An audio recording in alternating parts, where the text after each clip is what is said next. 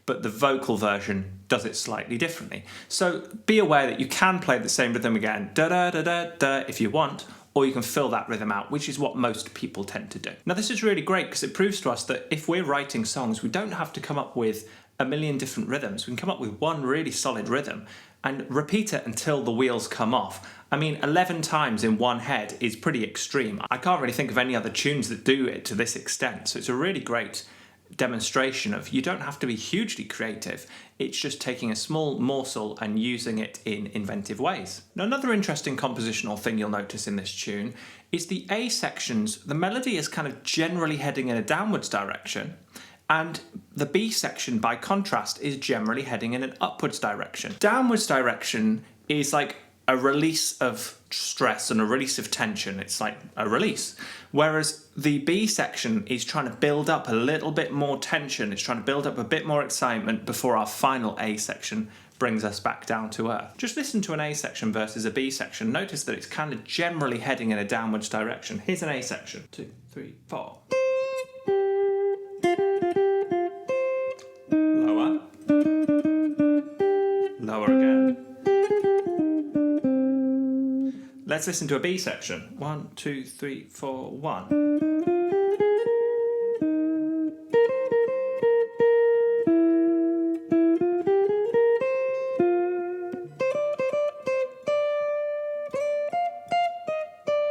So you see, we can use the general direction of the phrase as a tool to create or release tension. And that's another really important thing to notice when we're analysing a tune, is what's the composer trying to get us to do at this point? Because when we're improvising over it, that can inform our improvisation choices. We might want to go for generally descending phrases in the A sections and generally ascending phrases, tension building, in the B sections. Now, another thing to be aware of is how the melody notes are generally just chord tones with a neighbour tone used to create a little bit of interest. So bar 2 is a really good example of this. We've got that F, which is in the chord of D minor 7 flat 5, just going up to a G. That's it. Nothing exciting at all. So all chord tones, chord tone, chord tone, chord tone, neighbour tone, chord tone, neighbour tone, chord tone.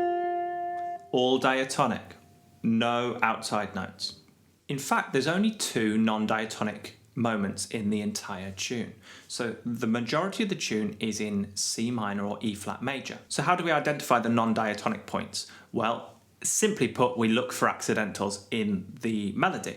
If we can't find any, that doesn't mean there aren't any. They could be hidden within the chord symbols. And in fact, in this tune, there's only 2 points at which we go outside. So the first is the C7 flat 9 chord that you see in bar 12 on the chart. We can spot this quite easily because there's an accidental here, an E natural.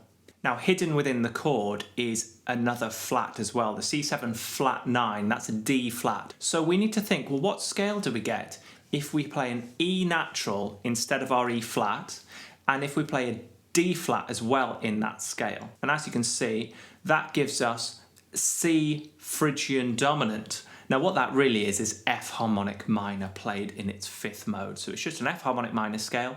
Really important that you know your harmonic minor scales because we use it all the time on 7 flat 9 chords. So we've added a second scale to our tune now. We need E flat major and F harmonic minor. And then in bar 15, there's a hidden accidental in our diminished chord there, F sharp diminished 7. So the notes of F sharp diminished are of course F sharp, A, C and E flat. So it's got an A natural in it, not an A flat as our key signature does, and it's got an F sharp in it. So we now need to adjust our E flat major scale, turn the Fs into F sharps and turn the A flats into A naturals.